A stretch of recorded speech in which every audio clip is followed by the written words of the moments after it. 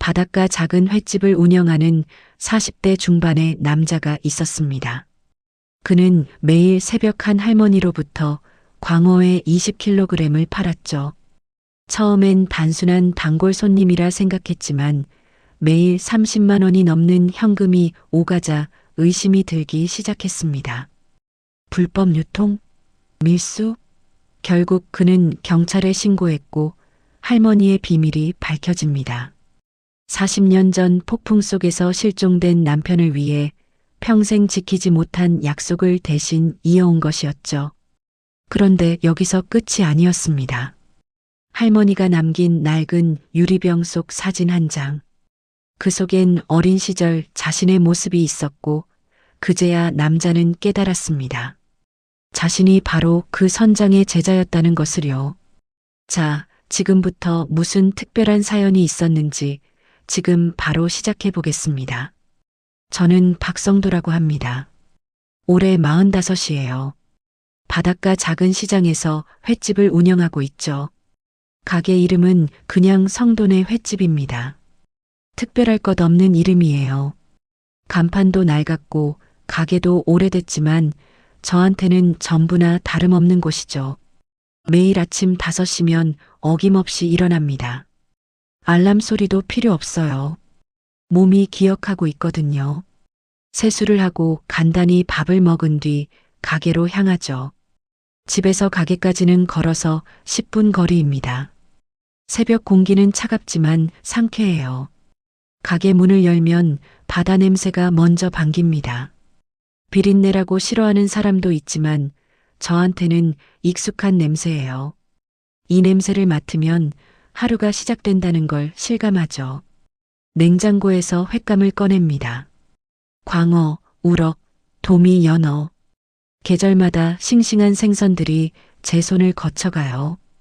칼을 잡고 손질을 시작하면 마음이 차분해집니다. 칼날이 생선살을 따라 움직일 때 그 느낌이 좋아요. 장사가 썩 잘 되는 편은 아니었어요. 이 동네엔 횟집이 10곳도 넘거든요. 다들 오래된 가게들이라 단골 손님들이 정해져 있죠. 새로운 손님을 끌어오기는 쉽지 않았습니다. 하지만 그래도 먹고 사는 데 지장은 없었어요. 단골 손님들이 꾸준히 찾아와 주셨거든요. 성도야, 오늘도 광어 싱싱하지? 시장에서 채소 가게를 하시는 박 사장님이 아침마다 들러 인사를 건네셨어요. 그럼요, 새벽에 막 들어온 거예요. 그래, 점심때 한 접시 싸줘. 집사람이 광어 먹고 싶대. 알겠습니다. 맛있게 싸드릴게요. 이런 소소한 대화들이 저는 좋았어요. 사람 사는 냄새가 나거든요. 그런데 6개월 전부터 이상한 일이 생겼습니다. 정확히 말하면 6개월하고도 나흘 전이었죠. 그날도 평소처럼 새벽 5시에 가게 문을 열었어요. 아직 어둠이 채 가시지 않은 시각이었습니다. 횟감 손질을 시작하려고 앞치마를 두르고 있는데 문이 열리는 소리가 들렸어요. 이른 시각이라 조금 놀랐죠. 어서 오세요. 고개를 들었을 때 제 눈에 들어온 건 허름한 카디건을 걸친 할머니 한 분이었어요. 일흔 중반쯤 되어 보이셨죠. 허리가 조금 굽어 계셨고 얼굴엔 세월의 흔적이 깊게 새겨져 있었습니다. 주름진 손에는 낡은 검은색 지갑을 들고 계셨어요. 할머니는 천천히 가게 안으로 들어오셨습니다. 걸음걸이가 조심스러웠어요. 마치 오랜만에 외출하신 것처럼 어색해 보였죠. 광어회 20kg만 포장해 주세요. 할머니의 목소리는 낮고 담담했습니다. 처음 들었을 때 귀를 의심했어요. 20kg이요? 그건 보통 식당에서 주문하는 양이었거든요. 개인이 사가기엔 너무 많은 양이었죠. 죄송한데요. 20kg 맞으신가요? 다시 한번 확인했습니다. 혹시 잘못 들은 건 아닐까 싶어서요. 할머니는 고개를 끄덕이셨어요. 네, 맞아요. 20kg이요. 식당 하세요? 자연스럽게 물었습니다. 그 정도 양이면 당연히 장사를 하시는 줄 알았거든요. 아니요. 할머니의 대답은 짧았어요. 그럼 행사라도 있으세요? 아니요. 더 이상의 설명은 없었습니다. 저는 궁금했지만 장사하는 입장에서 더 물어볼 수는 없었어요. 손님이 원하시는 걸 드리는 게 제 일이니까요. 알겠습니다. 조금 시간이 걸릴 수 있는데 괜찮으세요? 네, 기다릴게요. 할머니는 가게 구석에 있는 낡은 의자에 앉으셨습니다. 그리고 조용히 창밖을 바라보기 시작하셨죠. 저는 냉장고에서 광어를 꺼냈어요. 싱싱한 놈들로만 골랐습니다. 회를 뜰 때 저는 늘 신경을 쓰는 편이에요. 칼질 하나하나에 정성을 담죠. 광어살이 투명하게 빛났습니다. 20kg이면 광어를 대여섯 마리는 손질해야 했어요. 한 마리씩 비늘을 벗기고 내장을 제거하고 뼈를 발라냈습니다. 칼질할 때마다 생선 살의 결이 느껴졌어요. 이 감촉이 익숙하면서도 매번 새로웠죠. 1시간 가까이 걸렸습니다. 중간중간 할머니를 살펴봤는데 여전히 창밖만 바라보고 계셨어요. 휴대폰을 보시는 것도 아니고 책을 읽으시는 것도 아니었습니다. 그저 멍하니 앉아 계셨죠. 뭘 생각하고 계실까? 문득 궁금했어요. 저렇게 오래 가만히 앉아 계시는 걸 보니까요. 다 됐습니다. 회를 포장해서 건네드렸어요. 스티로폼 박스 3개에 나눠 담았죠. 무게가 상당했습니다. 얼음도 충분히 넣었고요. 32만 원입니다. 할머니는 말없이 지갑을 여셨어요. 안에서 5만 원권 지폐를 꺼내셨습니다. 1장, 2장, 3장, 7장. 정확히 35만 원이었어요. 지폐가 낡아서 구겨진 것도 있었지만 하나하나 정성스럽게 펴서 주셨습니다. 거스름 돈 3만 원입니다. 제가 돈을 건네드리려는데 할머니는 손을 저으셨습니다. 됐어요. 그냥 가지세요. 아니에요, 받으셔야죠. 괜찮아요. 할머니는 단호하게 말씀하셨어요. 저는 어쩔 수 없이 감사하다고 인사드렸죠. 감사합니다. 할머니는 무거운 박스들을 드셨어요. 힘들어 보였습니다. 나이 드신 분이 저 무게를 들기엔 무리였거든요. 제가 차까지 날라드릴까요? 아니에요, 괜찮아요. 정말 무거우실 텐데요. 괜찮습니다. 할머니는 고개를 저으셨어요. 그리고 천천히 가게를 나가셨습니다. 구부정한 등에 짐이 무거워 보였죠. 감사합니다. 조심히 가세요. 인사를 건넸지만 대답은 없었어요. 할머니의 등만 보였습니다. 문이 닫히고 할머니는 시장 골목 속으로 사라지셨어요. 저는 고개를 갸우뚱했습니다. 저 나이에 저렇게 많은 회를 사가시다니. 뭔가 행사라도 있으신가? 아니면 친척들이 모이기라도 하시나? 하지만 곧 잊어버렸어요. 손님이 하나둘 들어오기 시작했거든요. 하루 일과가 시작됐고 저는 바쁘게 움직였습니다. 성도야, 아까 할머니 뭐 사가셨어? 옆 가게 생선 장수 김 사장님이 들어오시며 물으셨어요. 광어회요. 많이 사가셨어요. 얼마나? 20kg요. 뭐? 20kg? 그거 장사 아니야? 식당 안 하신대요. 그럼 뭐 하시는 거야? 저도 잘 모르겠어요.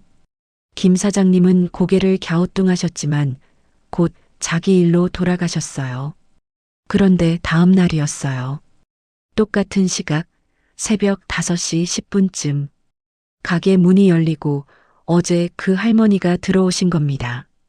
똑같은 카디건, 똑같은 지갑이었죠. 광어회 20kg만 포장해 주세요. 어제와 똑같은 주문이었어요. 저는 놀랐습니다. 어제도 오셨잖아요. 네. 오늘도 20kg이요? 네. 할머니의 대답은 간결했어요. 더 이상의 설명은 없었습니다. 혹시 어제 사신 거 문제 있으셨나요? 아니요, 괜찮았어요. 그럼 말을 잇지 못했어요. 뭐라고 물어야 할지 모르겠더라고요. 준비해 주시면 감사하겠어요.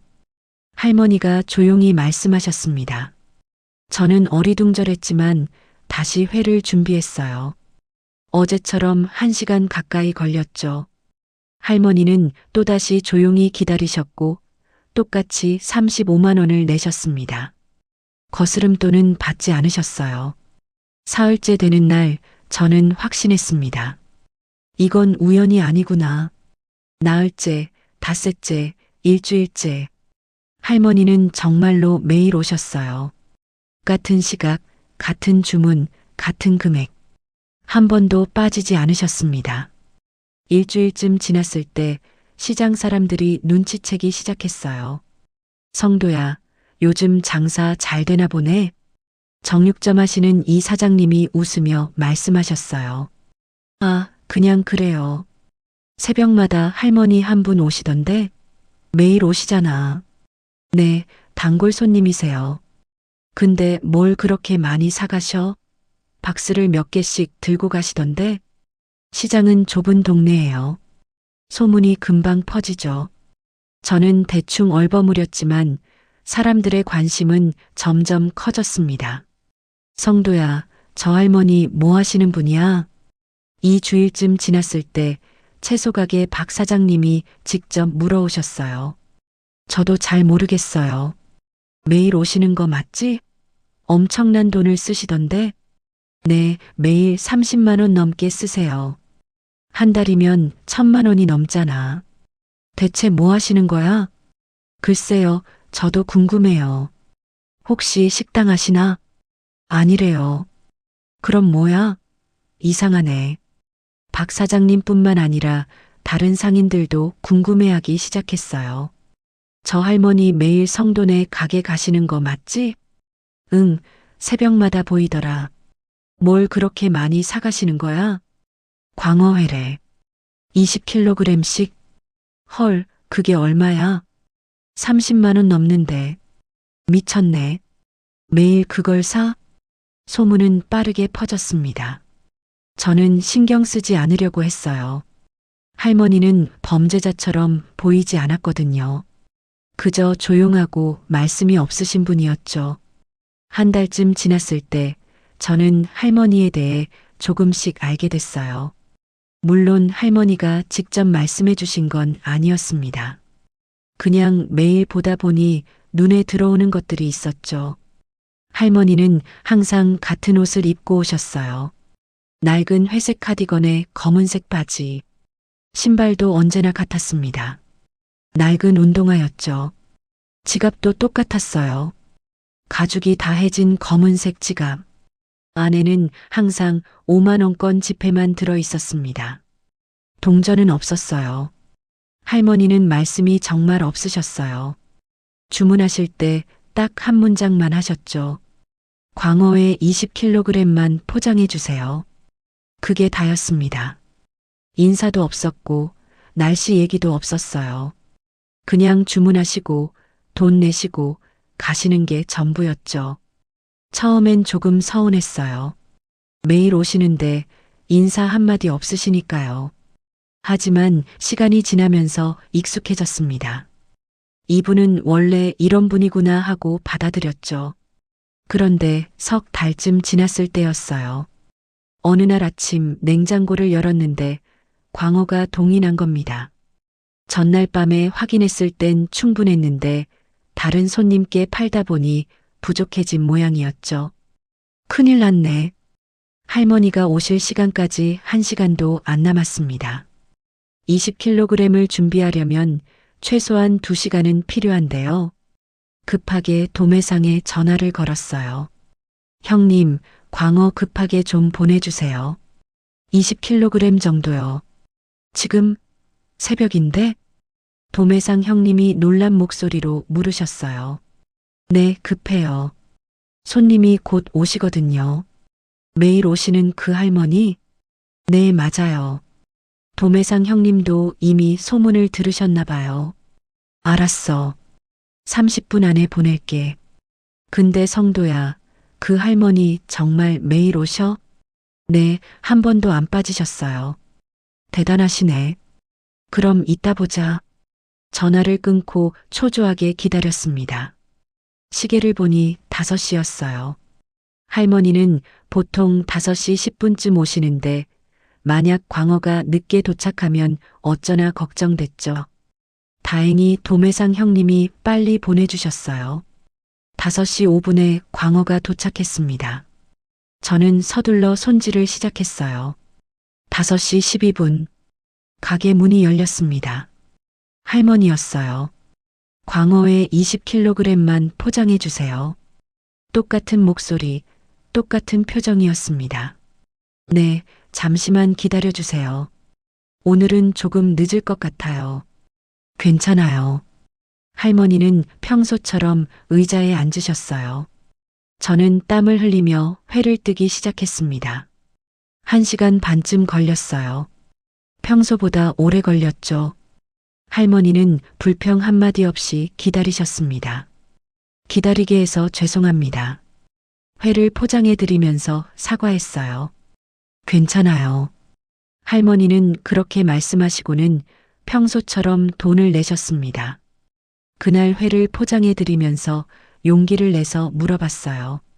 할머니, 혹시 식당 하세요? 할머니는 잠깐 멈칫하시더니 고개를 저으셨습니다. 아니에요. 그럼 이 많은 회를 더 물어보려는데 할머니가 조용히 말씀하셨습니다. 필요해서요. 그게 다였어요. 더 이상 말씀하지 않으셨죠.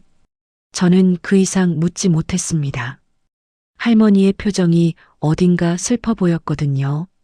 넉 달째 접어들었을 때 저는 점점 불안해지기 시작했어요. 할머니는 정말 매일 오셨고 한 번도 빠지지 않으셨습니다. 비가 오나 눈이 오나 새벽 5시 10분이면 나타나셨죠. 어느 날은 태풍주의보가 내려진 날이었어요. 바람이 세차게 불고 비가 쏟아졌습니다.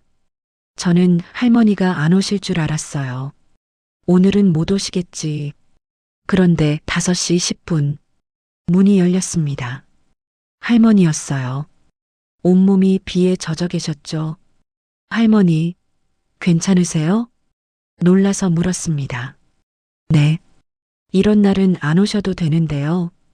괜찮아요. 할머니는 평소처럼 주문하셨습니다. 저는 가슴이 먹먹했어요.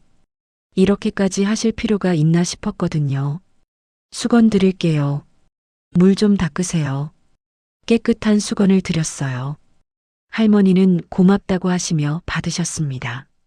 그날 회를 포장해 드리면서 계속 걱정됐어요.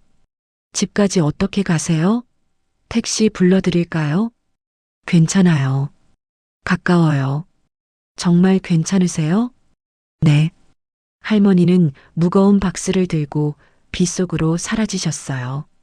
저는 한참을 문 앞에 서서 지켜봤습니다. 그날 밤 잠을 이룰 수가 없었어요. 할머니 생각이 계속 났거든요. 대체 무슨 사연이 있으실까? 왜 저렇게까지 하시는 걸까? 다음 날 아침 할머니는 또 오셨습니다. 감기라도 걸리셨을까봐 걱정했는데 다행히 괜찮아 보이셨어요. 어제 무사히 집에 가셨어요? 네. 다행이네요. 더 이상 묻지 못했습니다. 할머니가 원하지 않으시는 것 같았거든요.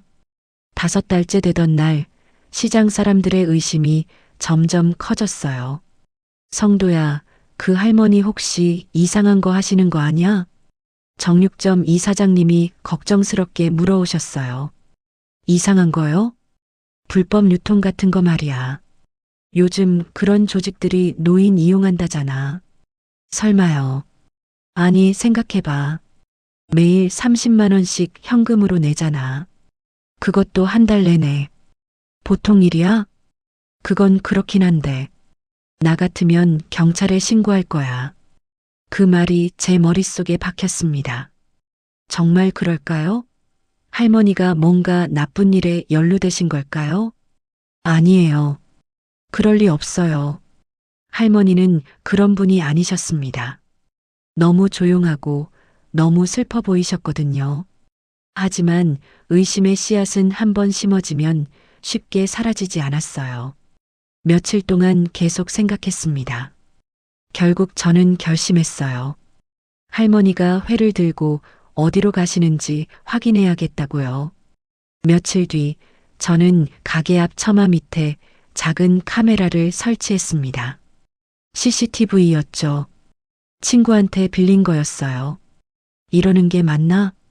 양심의 가책이 들었습니다. 손님을 몰래 촬영하는 게 옳은 일일까요? 하지만 궁금증을 참을 수가 없었어요. 카메라는 가게 앞 골목을 비추도록 설치했습니다. 할머니가 나가시는 방향을 확인할 수 있었죠. 며칠간 영상을 확인했어요. 할머니는 회를 들고 시장을 벗어나셨습니다. 천천히, 아주 천천히 걸으셨죠. 무거운 짐 때문에 힘들어 보였어요. 중간에 몇 번씩 멈춰서 쉬셨습니다.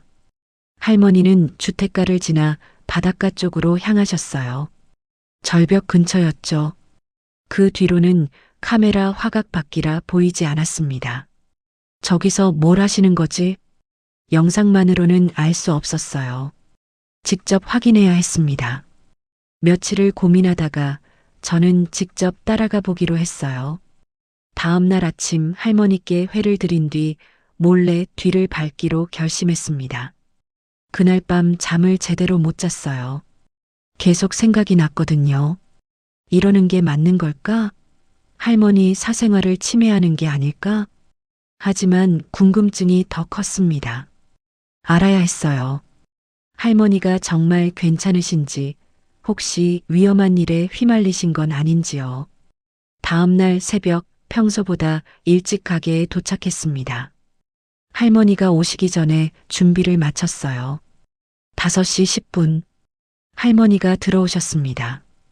광어회 20kg만 포장해 주세요. 네, 잠시만 기다려 주세요. 평소처럼 회를 준비했어요. 손이 조금 떨렸습니다. 긴장됐거든요. 1시간 뒤 회를 포장해서 드렸어요. 감사합니다. 조심히 가세요. 할머니는 평소처럼 박스를 들고 나가셨습니다. 저는 몇 초 기다렸다가 뒤를 따랐어요. 할머니는 천천히 걸으셨습니다. 허리가 굽은 몸으로 무거운 회를 들고 계셨는데 정말 힘들어 보였어요. 하지만 멈추지 않으셨죠. 저는 멀찌감치 떨어져서 따라갔습니다. 들키면 안 됐거든요. 마음이 두근거렸어요. 시장을 벗어나자 사람이 뜸해졌습니다. 이른 아침이라 거리는 한산했어요. 할머니는 골목을 몇 개 지나 언덕을 올라가셨습니다. 언덕은 제법 가팔랐어요. 할머니는 몇 걸음 걷다가 멈춰서 숨을 고르셨습니다. 힘들어 보였지만 곧 다시 걸으셨죠. 저도 천천히 따라갔어요. 너무 가까이 가면 들킬 것 같아서 거리를 유지했습니다. 언덕을 오르는 데만 20분쯤 걸렸어요. 할머니는 중간에 5번 쉬셨습니다. 그때마다 저도 멈춰서 기다렸죠. 언덕을 넘자 바다가 보였습니다. 새벽 바다는 고요했어요. 파도 소리만 들렸죠. 햇살이 수면에 반짝였습니다. 할머니는 절벽 쪽으로 걸어가셨습니다. 사람들이 잘 안 가는 곳이었어요. 길도 제대로 나 있지 않았죠. 저는 바위 뒤에 숨어서 지켜봤습니다. 할머니는 절벽 끝 근처에 있는 작은 공터로 가셨어요. 거기엔 낡은 등불 하나가 있었습니다. 꺼져 있었지만 오래 사용한 흔적이 역력했어요. 등불 옆엔 작은 돌무더기도 있었죠. 할머니는 스티로폼 박스를 조심스럽게 내려놓으셨어요. 그리고 천천히 뚜껑을 여셨습니다. 광어회가 가득 담겨 있었죠. 그때였어요. 할머니가 회를 한 점 집어드셨습니다. 그리고 바다를 향해 던지셨어요. 뭐 하시는 거야? 저는 숨을 죽였습니다. 할머니는 계속 회를 던지셨어요. 한 점, 또 한 점. 천천히 정성스럽게요. 회가 바다로 떨어졌습니다. 파도에 쓸려 사라지는 모습이 보였어요. 할머니는 멈추지 않으셨죠. 한 점 던지실 때마다 고개를 숙이셨습니다. 마치 기도하는 것처럼요. 입술이 움직이는 게 보였지만 무슨 말씀을 하시는지는 들리지 않았어요. 박스가 점점 비워졌습니다. 할머니는 한 점도 남김없이 모두 바다에 던지셨어요. 얼마나 지났을까요? 1시간쯤 걸린 것 같았어요. 3개의 박스가 모두 비워졌습니다. 할머니는 빈 박스를 정리하시고 바다를 향해 고개를 숙이셨습니다. 오래, 아주 오래요. 마치 절을 하는 것처럼 깊게 숙이셨죠. 저는 가슴이 먹먹해졌어요. 할머니의 뒷모습이 너무 슬퍼 보였거든요. 무슨 사연이 있는 걸까요? 왜 저렇게까지 하시는 걸까요? 할머니가 돌아서셨습니다. 저는 황급히 바위 뒤로 숨었어요. 할머니는 빈 박스를 들고 천천히 언덕을 내려가셨죠. 저는 한참을 그 자리에 서 있었습니다. 할머니가 완전히 사라질 때까지요. 그리고 나서 공터로 다가갔어요. 할머니가 서 계셨던 자리였죠. 등불을 자세히 봤습니다. 오래된 석유 등불이었어요. 유리 부분이 깨져 있었고 녹이 슬어 있었습니다. 돌무더기도 살펴봤어요. 작은 돌들을 쌓아 올린 거였죠. 재단 같았습니다. 바다를 바라봤어요. 파도가 철썩거렸습니다. 아까 할머니가 던지신 회는 이미 다 사라진 뒤였죠. 대체 왜 저러시는 걸까? 집으로 돌아오는 내내 머릿속이 복잡했어요. 비싼 회를 사서 바다에 버리다니요. 이해할 수가 없었습니다. 집에 도착해서도 계속 생각했어요. 밥도 제대로 못 먹었죠. 할머니의 모습이 계속 떠올랐거든요. 누구한테 드리는 걸까? 혹시 돌아가신 분이 계신가? 며칠 동안 고민했습니다. 할머니께 직접 물어볼까? 아니면 그냥 모른 척 할까? 성도야, 그 할머니 문제 해결됐어? 일주일쯤 지났을 때 정육점 이 사장님이 또 물어오셨어요. 아직이요. 뭐 하시는 분인지 알아냈어? 아니요. 나 같으면 경찰에 신고했을 거야. 뭔가 수상하잖아. 경찰이요? 그 말이 자꾸 맴돌았습니다. 며칠 뒤 채소가게 박 사장님도 비슷한 말씀을 하셨어요. 성도야, 조심해야 돼. 요즘 사기꾼들이 횟집 이용해서 돈 세탁한다던데. 돈 세탁이요? 그래, 현금으로 많이 사가면서 영수증 안 받잖아. 수상하다니까. 저는 고개를 저었어요. 할머니는 그런 분이 아니에요. 그걸 내가 어떻게 알아? 혹시 모르잖아. 맞는 말이었어요. 저도 할머니에 대해 아는 게 없었으니까요. 결국 2주일쯤 지났을 때 저는 결심했어요. 경찰에 신고하는 겁니다. 혹시 모르잖아. 할머니가 위험한 일에 휘말리신 거라면 도와드려야 하는 거 아닌가? 그렇게 스스로를 합리화했습니다. 어느 날 오후 저는 경찰서에 전화를 걸었어요. 여보세요, 신고하려고요. 네, 무슨 일이십니까? 매일 똑같은 물건을 많이 사가시는 분이 있는데 수상해서요. 어떤 물건인데요? 광어회요. 20kg씩 매일 사가세요. 현금으로만요. 경찰관이 잠시 생각하더니 물었어요. 그분이 뭔가 이상한 행동을 하시나요? 회를 바다에 버려요. 매일이요. 바다에요? 네, 절벽에서 회를 바다에 던지세요. 한 점도 안 남기고 다 던져요. 경찰관은 조금 놀란 것 같았어요. 그게 정말인가요? 네, 제가 직접 봤어요. 알겠습니다. 신고 접수하겠습니다. 주소와 성함 말씀해 주시겠어요? 신고 내용을 상세히 말씀드렸습니다. 가게 위치, 할머니가 오시는 시간, 회를 버리시는 장소까지요. 며칠 안에 연락드리겠습니다. 전화를 끊고 나니 찜찜했어요. 잘한 걸까? 며칠 뒤 경찰이 가게로 찾아왔습니다. 형사 2명이었어요. 사복을 입고 계셨죠. 박성도 씨 맞으시죠? 네, 맞습니다. 신고 내용 좀 자세히 말씀해 주시겠어요? 저는 할머니에 대해 아는 것들을 다 얘기했습니다. 6개월 전부터 매일 오시는 것, 광어회 20kg을 사가시는 것, 현금으로만 계산하시는 것, 그리고 바다에 회를 던지시는 것까지요. 형사들은 노트에 꼼꼼히 적었어요. 혹시 그분 인상차게 말씀해 주실 수 있나요? 일은 중반쯤 되어 보이시고요. 허리가 좀 굽으셨어요. 항상 낡은 회색 카디건을 입고 오세요. 검은색 바지에 낡은 운동화요. 말씀은 많이 하시나요? 아니요, 거의 안 하세요. 주문하실 때 딱 한 문장만 하시고요.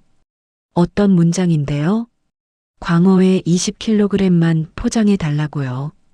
매일 똑같은 말씀만 하세요. 형사들이 서로 눈빛을 교환했습니다. 내일 아침에 저희가 대기하고 있겠습니다.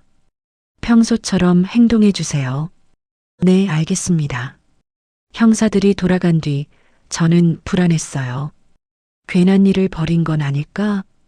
그날 밤 잠을 제대로 못 잤습니다. 계속 할머니 생각이 났거든요. 다음 날 새벽 평소보다 더 일찍 가게에 도착했어요. 형사 2명이 이미 가게 근처에서 기다리고 있었습니다. 평소처럼 하시면 됩니다. 형사 1명이 말씀하셨어요. 저는 고개를 끄덕이고 가게 문을 열었습니다. 횟감을 준비하며 계속 시계를 봤어요. 손이 떨렸습니다. 5시 10분. 문이 열렸습니다. 할머니였어요. 광어회 20kg만 포장해 주세요. 똑같은 목소리, 똑같은 표정이었습니다. 저는 평소처럼 대답했어요. 네, 잠시만 기다려 주세요. 회를 준비하면서 가슴이 두근거렸습니다. 형사들이 밖에서 지켜보고 있을 거예요. 1시간 뒤 회를 포장해서 드렸어요. 여기 있습니다. 고맙습니다. 할머니는 평소처럼 돈을 내시고 박스를 드셨습니다. 조심히 가세요. 할머니가 가게를 나섰어요. 형사들이 조심스럽게 뒤를 따랐고 저도 멀리서 따라갔습니다. 할머니는 평소처럼 천천히 걸으셨어요. 시장을 벗어나 주택가를 지나 언덕으로 향하셨죠. 형사들과 저는 거리를 두고 따라갔습니다. 할머니는 전혀 눈치채지 못하신 것 같았어요. 언덕을 오르는 할머니의 뒷모습이 보였습니다. 힘들어 보였지만 멈추지 않으셨어요. 20분쯤 걸려서 언덕을 넘었습니다. 바다가 보였어요. 할머니는 절벽 쪽으로 걸어가셨습니다. 그 작은 공터로요. 박스를 내려놓으시고 뚜껑을 여셨어요. 그리고 회를 꺼내 바다에 던지기 시작하셨습니다. 형사들이 다가갔어요. 할머니, 잠깐만요. 할머니는 놀라서 뒤를 돌아보셨습니다. 손에는 광어회 한 점이 들려 있었어요. 처음 보는 표정이었습니다. 당황하신 거죠. 할머니의 얼굴이 굳어졌어요. 여기서 뭐 하시는 겁니까?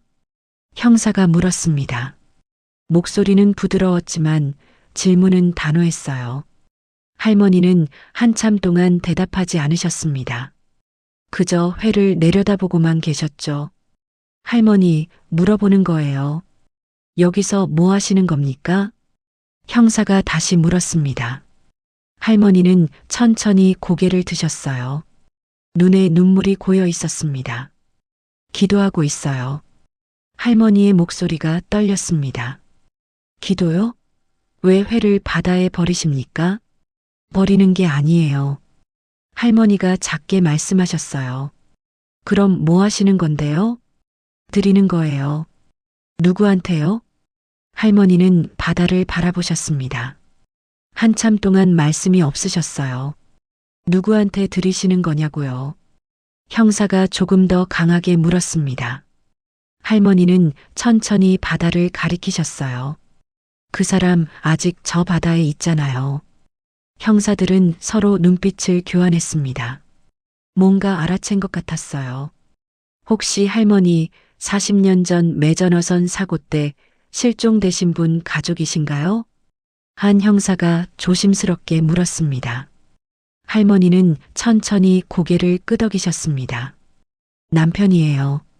이한수 선장. 그 이름을 들었을 때 저는 온몸이 얼어붙는 것 같았어요. 매전어선 사고.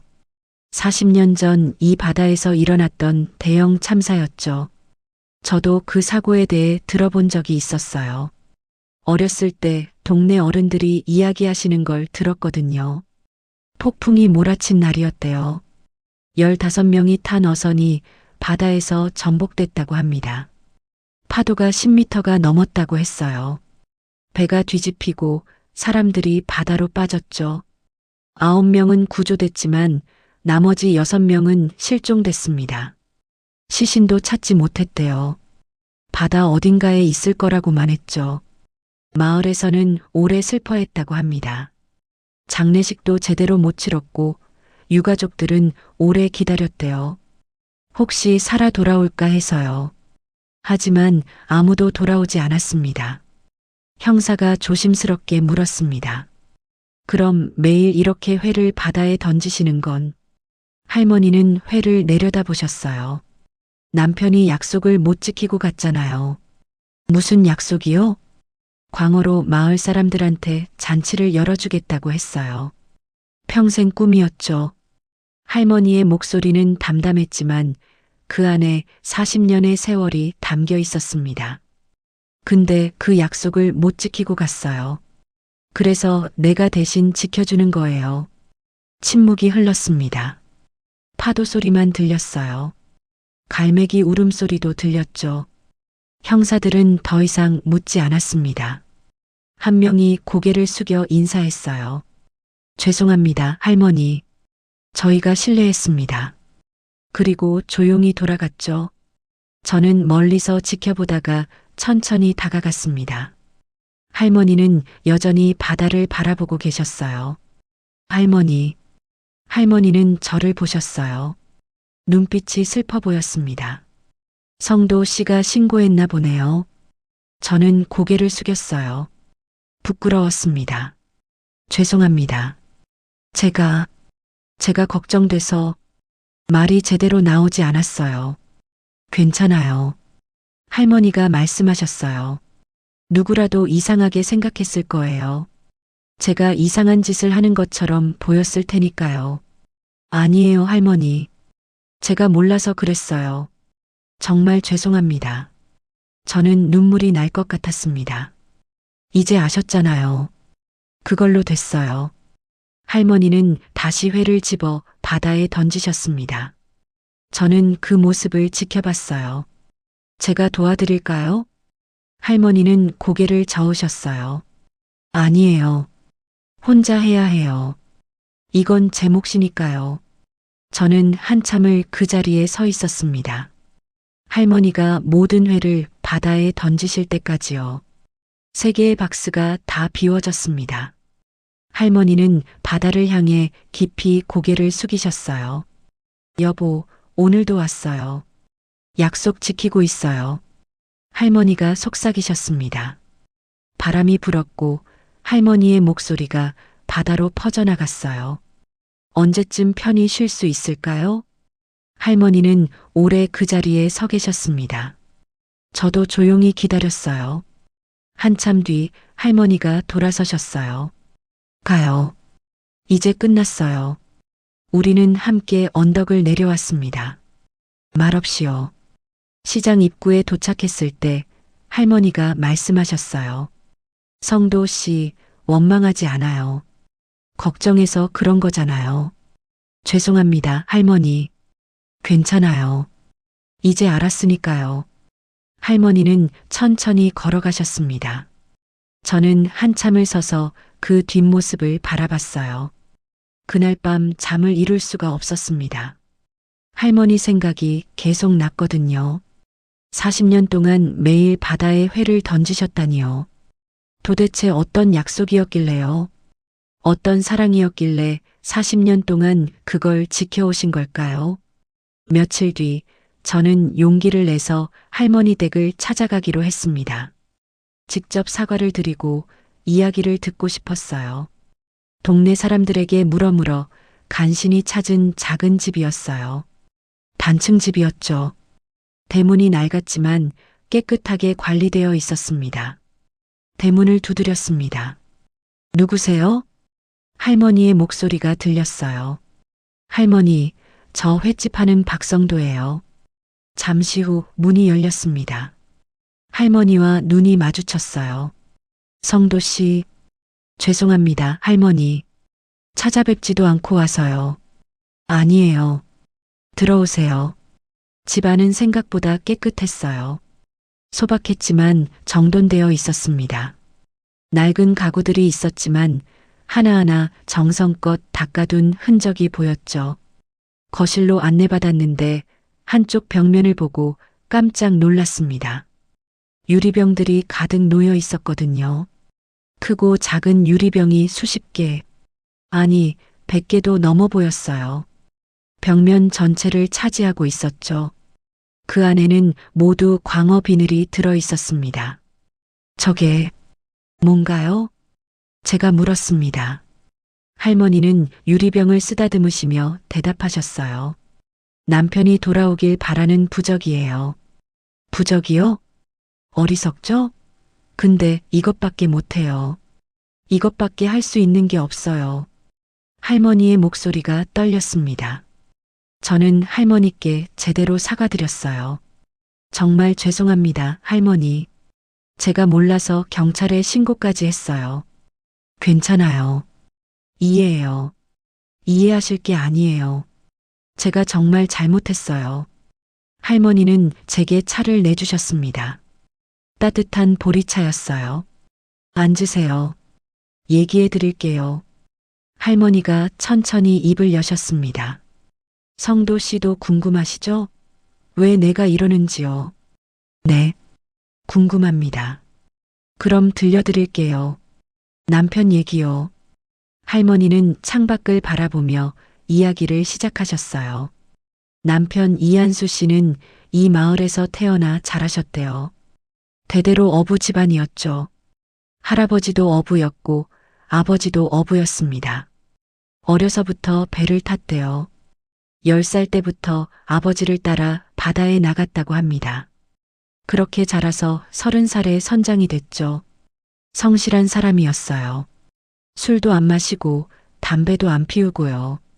도박은 생각도 안 했죠. 할머니의 눈빛이 부드러워졌어요. 저랑은 25에 결혼했어요. 중매였죠. 근데 신기하게도 첫눈에 반했어요. 서로요. 할머니는 옛날 사진 한 장을 꺼내 보여주셨어요.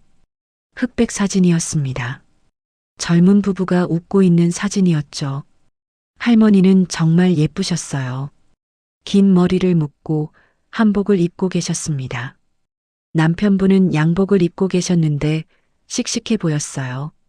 결혼하고 행복했어요. 가난했지만 웃으면서 살았죠. 매일 바다에서 돌아오는 남편을 기다렸어요. 하지만 아이는 없었대요. 오래 기다렸지만 생기지 않았다고 합니다. 병원도 다녔어요. 근데 안 생기더라고요. 처음엔 속상했죠. 그래서 남편이 말했어요. 우리 둘이 행복하게 살자고요. 그리고 마을 사람들한테 잘해주자고요. 그게 우리가 할 수 있는 일이라고요. 남편의 꿈이 생겼습니다. 평생 잡은 광어로 마을 사람들한테 잔치를 열어주는 거였죠.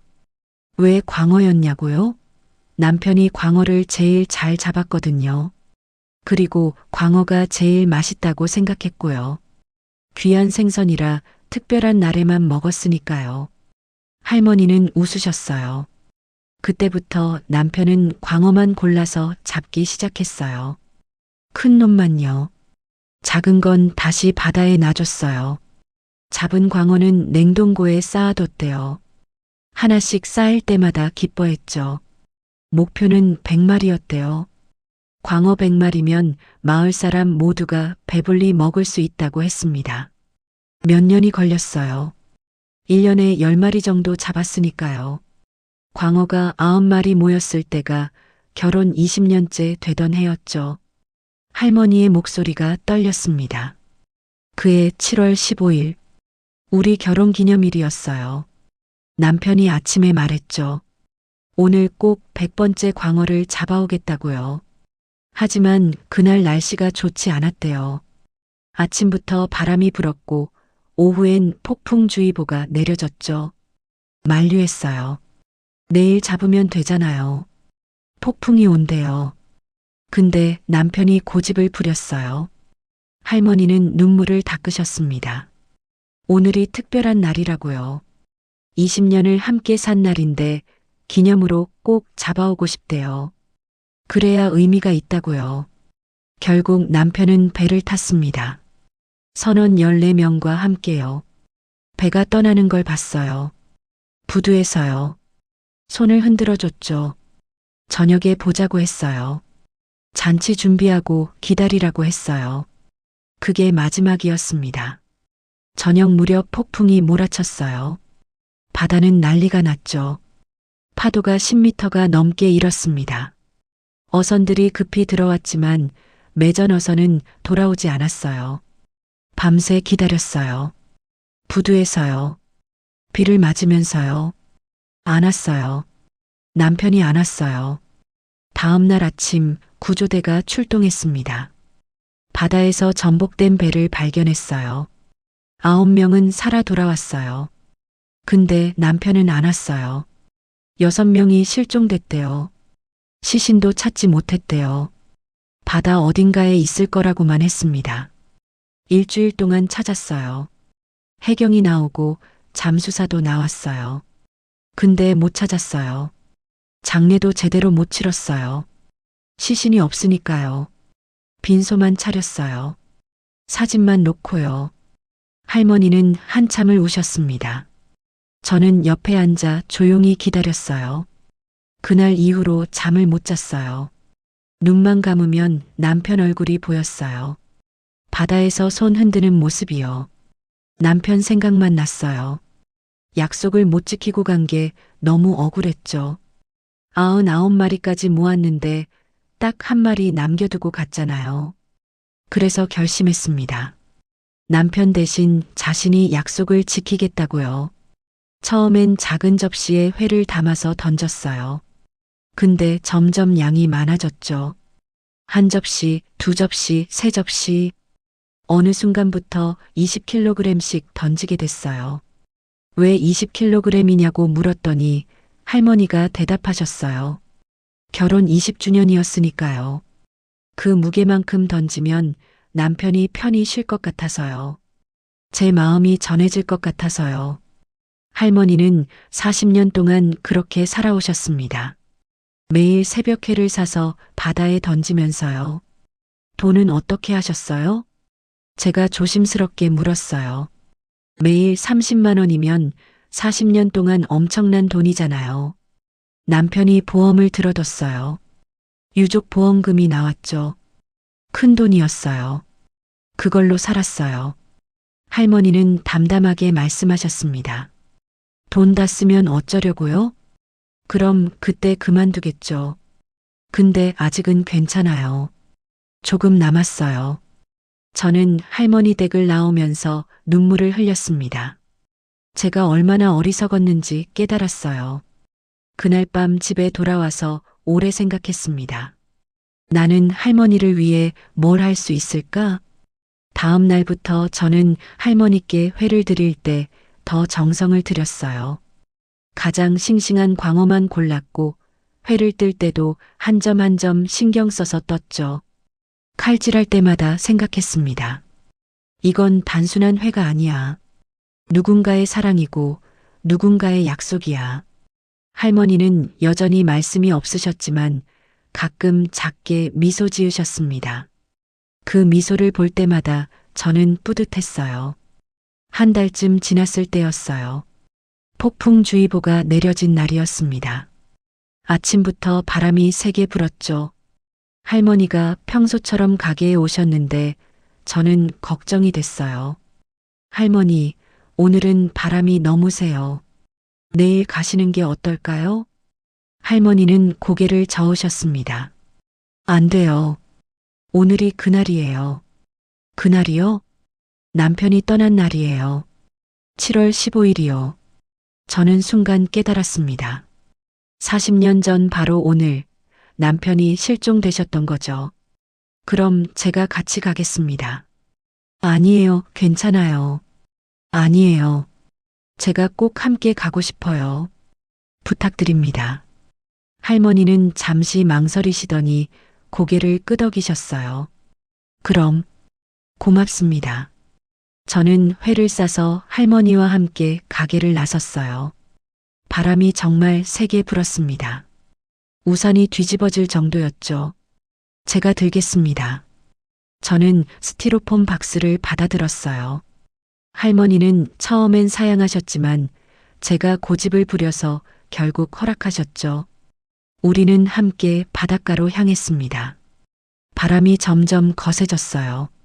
할머니는 힘들게 걸으셨지만 멈추지 않으셨죠. 언덕을 올라갈 때쯤 비가 내리기 시작했습니다.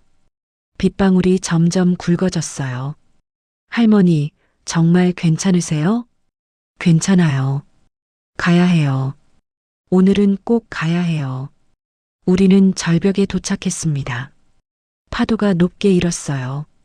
바다가 거칠었죠. 파도가 절벽에 부딪히는 소리가 천둥처럼 들렸습니다. 할머니는 회를 꺼내셨습니다. 그리고 바다를 향해 던지기 시작하셨어요. 여보, 오늘은 특별한 날이잖아요. 꼭 왔어야 했어요. 할머니가 바다를 향해 말씀하셨습니다. 40년이에요. 40년 동안 기다렸어요. 언제쯤 돌아올 거예요? 회가 바다로 떨어졌습니다. 비에 젖어 반짝였어요. 보고 싶어요. 정말 보고 싶어요. 할머니의 목소리가 떨렸습니다. 저는 옆에서 지켜보며 눈물을 흘렸어요. 빗물인지 눈물인지 구분이 안 됐습니다. 할머니는 계속 회를 던지셨어요. 한 점 한 점 정성스럽게요. 그때였어요. 갑자기 거대한 파도가 몰려왔습니다. 할머니가 비틀거리셨어요. 할머니, 저는 급히 달려가 할머니를 붙잡았습니다. 하지만 파도가 너무 강했어요. 우리는 뒤로 넘어졌죠. 스티로폼 박스가 날아갔습니다. 회가 바다로 흩어졌어요. 마치 하늘에서 눈이 내리듯 회가 흩날렸습니다. 안 돼요. 회를. 할머니가 소리쳤습니다. 하지만 이미 늦었어요. 모든 회가 파도에 쓸려갔습니다. 우리는 비를 맞으며 그 자리에 주저앉았어요. 할머니는 울고 계셨습니다. 미안해요, 여보. 오늘은 꼭 드려야 했는데 제대로 못 드렸어요. 저는 할머니의 손을 잡았습니다. 괜찮습니다, 할머니. 할머니 마음은 이미 바다에 전해졌을 거예요. 분명히요. 그럴까요? 네, 분명합니다. 40년 동안 지켜오신 마음인데 안전해질 리가 없어요. 우리는 한참을 그렇게 앉아 있었어요. 비가 그치고 바람이 잦아들 때까지요. 구름 사이로 햇살이 비쳤습니다. 바다 위에 무지개가 걸렸어요. 봐요, 할머니. 무지개예요. 할머니는 무지개를 바라보셨습니다. 오래, 아주 오래요. 예쁘네요. 네, 정말 예쁘네요. 집으로 돌아올 때 저는 할머니를 모셔다 드렸습니다. 할머니는 계속 미안하다고 하셨어요. 성도 씨, 옷 다 젖었는데. 미안해요. 괜찮습니다. 금방 마를 거예요. 고마워요. 오늘 함께 해줘서요. 아니에요. 제가 감사하죠. 할머니 댁 앞에서 헤어졌습니다. 할머니는 문을 열고 들어가시면서 한 번 더 고개를 숙이셨어요. 다음 날 아침 이상한 소문이 들렸어요. 절벽 아래 바다에 광어 한 마리가 떠 있다는 거였죠. 성도야, 들었어? 바다에 광어가 떠 있대. 박 사장님이 아침 일찍 가게로 달려오셨어요. 광어요? 그래, 엄청 큰 광어래. 근데 이상하게 생겼대. 거꾸로 떠 있다던데? 저는 급히 바닷가로 달려갔습니다. 정말로 광어가 떠 있었어요. 아주 큰 광어였습니다. 사람들이 모여 있었어요. 저게 뭐야? 어제 폭풍에 떠밀려 온 건가? 근데 왜 저렇게 떠 있지? 보통은 배가 위로 오잖아. 누군가 말했습니다. 혹시 영혼이 돌아온 거 아냐? 40년 전 실종된 선장님들. 그러게. 어제가 딱 40년 되는 날이었잖아. 소문이 퍼지기 시작했어요. 마을 사람들은 절벽 근처에 꽃을 두고 기도했습니다. 저는 할머니께 연락드렸어요. 할머니, 바다에 큰 광어가 떠 있어요. 한번 보러 오실래요? 1시간 뒤 할머니가 오셨습니다. 광어를 보시더니 눈물을 흘리셨어요. 여보. 할머니는 바다를 향해 고개를 숙이셨습니다. 돌아왔구나. 약속 다 지켰다고 전화로 온 거구나. 고마워. 정말 고마워. 그날 이후 마을에는 이상한 변화가 생겼어요. 사람들이 절벽 근처를 찾기 시작한 겁니다.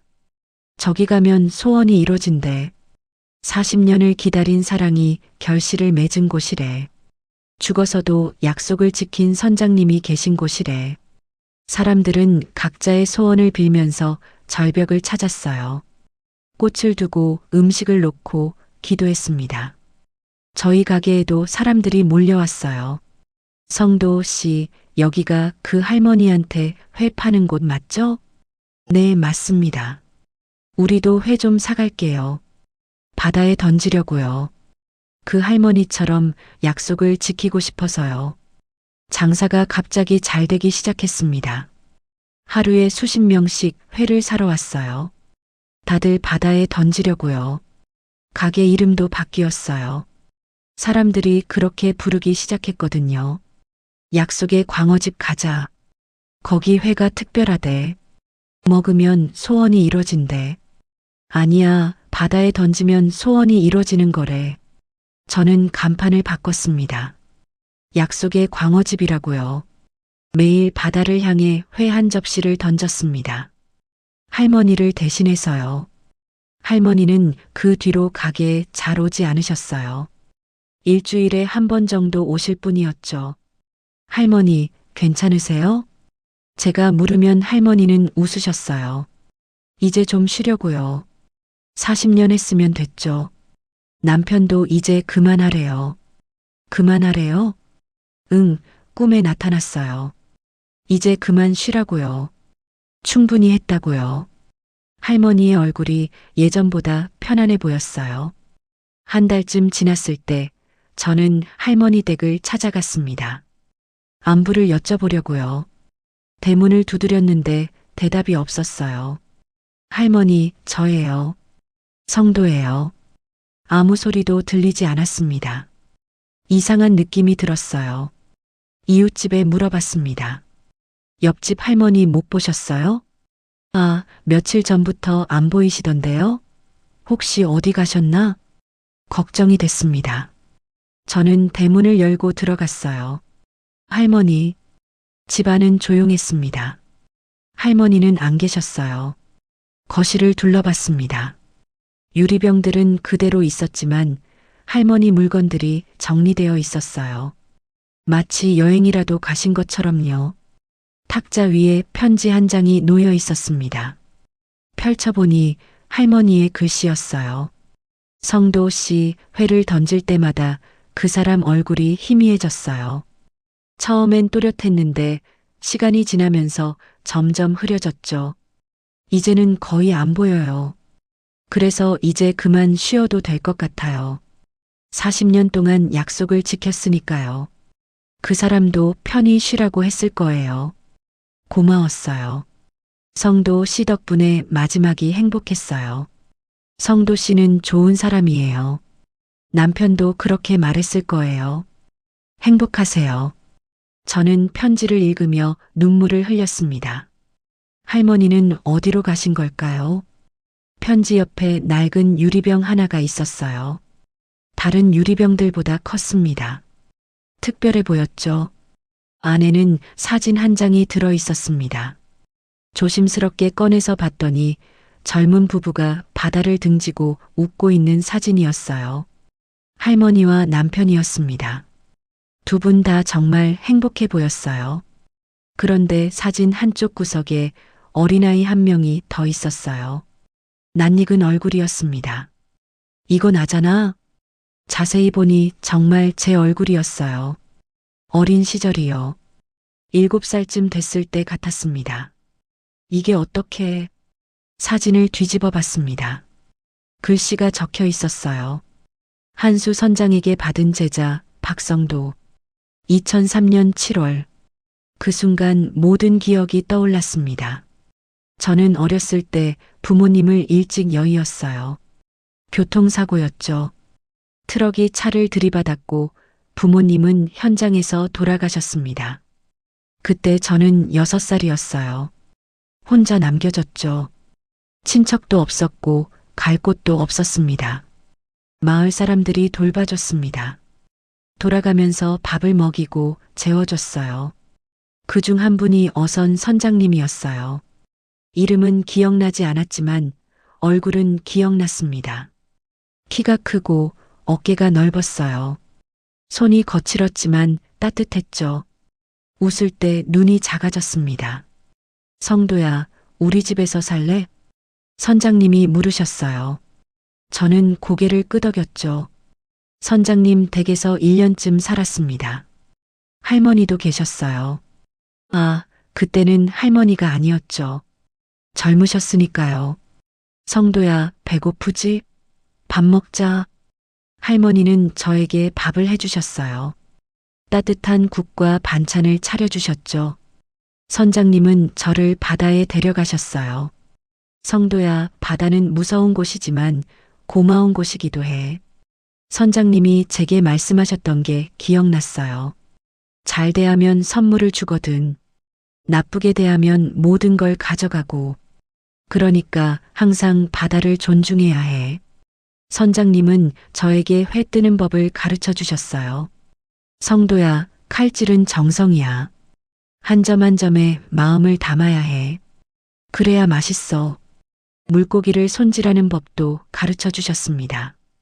비늘은 이렇게 벗기고 내장은 조심해서 빼야 해. 쓸개를 터뜨리면 쓰니까. 그분 덕분에 저는 횟집을 차릴 수 있었습니다. 그런데 왜 기억을 못했을까요? 아마도 너무 어렸고 시간이 많이 지나서였겠죠.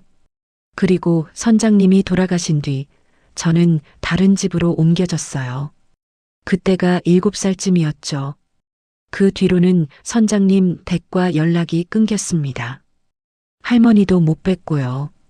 그런데 그 선장님이 바로 이한수 선장님이었던 거예요. 할머니의 남편이요. 할머니는 처음부터 저를 알아보셨구나. 할머니는 처음 가게에 오셨을 때부터 저를 알고 계셨던 겁니다. 그런데 한 번도 말씀하지 않으셨어요. 왜일까요? 아마도 제가 부담스러워할까 봐였겠죠. 어린 시절 일을 떠올리면 슬퍼할까 봐요. 할머니는 그저 조용히 남편의 약속을 지켜왔고 그 과정에서 제가 장사를 잘하길 바라셨던 겁니다. 팁도 매번 주신 것도 그래서였겠죠. 저는 바닥에 주저앉아 한참을 울었어요. 할머니, 왜 말씀 안 하셨어요? 제가 스승님 제자인 걸 알았으면 더 잘해드렸을 텐데. 모든 게 이해됐습니다. 할머니가 왜 저희 가게만 찾아오셨는지, 왜 항상 저를 따뜻하게 대하셨는지요. 저는 유리병을 품에 안았습니다. 그리고 결심했어요. 이제 제가 그 약속을 이어가야겠다. 다음 날부터 저는 매일 아침 바다에 회 한 접시를 던졌습니다. 할머니처럼요. 가게 앞에 작은 팻말도 걸었어요. 이 회는 누군가의 약속을 지킵니다. 손님들이 물어왔습니다. 이게 무슨 뜻이에요? 저는 할머니의 이야기를 들려줬어요. 40년 동안 약속을 지킨 할머니의 이야기를요. 그리고 그 선장님이 저를 키워주신 분이라는 것도요. 사람들은 감동했습니다. 대단하시네요. 할머니도 선장님도요. 우리도 회 좀 사갈게요. 바다에 던지려고요. 소원을 빌려고요. 저는 웃으며 회를 포장해 드렸어요. 정성껏 준비했습니다. 좋은 마음 전해지실 거예요. 그날 밤 바다에 회를 던지며 속삭였습니다. 스승님, 이제 편히 쉬세요. 제가 이어갈게요. 바람이 불었어요. 따뜻한 바람이었습니다. 멀리서 파도 소리가 들렸고 그 속에서 목소리가 들리는 것 같았어요. 정순아, 고마워. 잘 살았어. 이제 편히 쉬렴. 그리고 성도야, 잘 컸구나. 고맙다. 내가 자랑스럽다. 저는 고개를 들어 하늘을 봤어요. 별이 유난히 밝았습니다. 두 개의 별이 나란히 빛나고 있었어요. 할머니도 잘 쉬세요. 40년 고생하셨어요. 이제 스승님과 함께 계세요. 그날 밤 저는 처음으로 마음이 편안해졌습니다. 몇 달이 흘렀어요. 가게는 여전히 잘 됐고 사람들은 계속 회를 사러 왔습니다. 어느 날 새벽이었어요. 평소처럼 가게 문을 열고 있는데 누군가 들어왔습니다. 노부인 한 분이었어요. 처음 보는 분이었죠. 광어회 20kg만 싸주세요. 저는 깜짝 놀랐습니다. 할머니신가 싶었는데 다른 분이었어요. 혹시 누구 드릴 건가요? 조심스럽게 물었습니다. 노부인은 잠시 망설이시더니 대답하셨어요. 약속을 지켜야 해서요. 저는 더 이상 묻지 않았어요. 회를 정성껏 포장해 드렸습니다. 32만 원입니다. 노부인은 현금을 꺼내셨어요. 낡은 지갑에서요. 마치 할머니처럼요. 회를 건네드리며 말했습니다. 그분께 잘 전해드리세요. 마음이 꼭 전달될 거예요. 노부인은 고개를 숙이시고 가게를 나가셨습니다. 저는 창밖을 바라봤어요. 노부인은 바닷가 쪽으로 천천히 걸어가고 계셨습니다. 또 한 분의 약속이구나. 저는 미소 지었어요. 할머니가 보고 계실 것 같았거든요. 할머니, 저 잘하고 있죠? 스승님, 보고 계시죠? 바람이 불었습니다. 마치 대답하는 것처럼요. 그날 밤에도 저는 바다에 회를 던졌습니다. 한 접시, 정성껏 담은 광어회였어요. 오늘도 무사히 하루를 보냈습니다. 감사합니다. 파도가 철썩였습니다. 바다는 고요했고 달빛 아래 광어 비늘 하나가 반짝이는 게 보였어요. 저는 그 비늘을 주워서 유리병에 넣었습니다. 할머니처럼요. 이 약속 제가 끝까지 지킬게요. 유리병 안에 광어 비늘이 하나둘 쌓여갔습니다. 언젠가 이 병도 가득 차겠죠. 그때쯤이면 저도 누군가에게 이 이야기를 전해줄 거예요. 40년 동안 약속을 지킨 할머니의 이야기를요. 그리고 그 약속을 이어받은 제자의 이야기도요. 바다는 모든 걸 기억합니다. 사랑도 약속도 그리움도요. 그래서 저는 매일 이 바다에 회를 던지는 겁니다. 누군가의 약속을 지키기 위해서요. 할머니, 스승님, 편히 쉬세요. 저는 이 약속을 평생 지킬게요. 당신들이 그러셨던 것처럼요. 그리고 언젠가 저도 누군가에게 이 약속을 전해줄 거예요. 사랑은 이렇게 이어지는 거니까요. 약속은 이렇게 지켜지는 거니까요.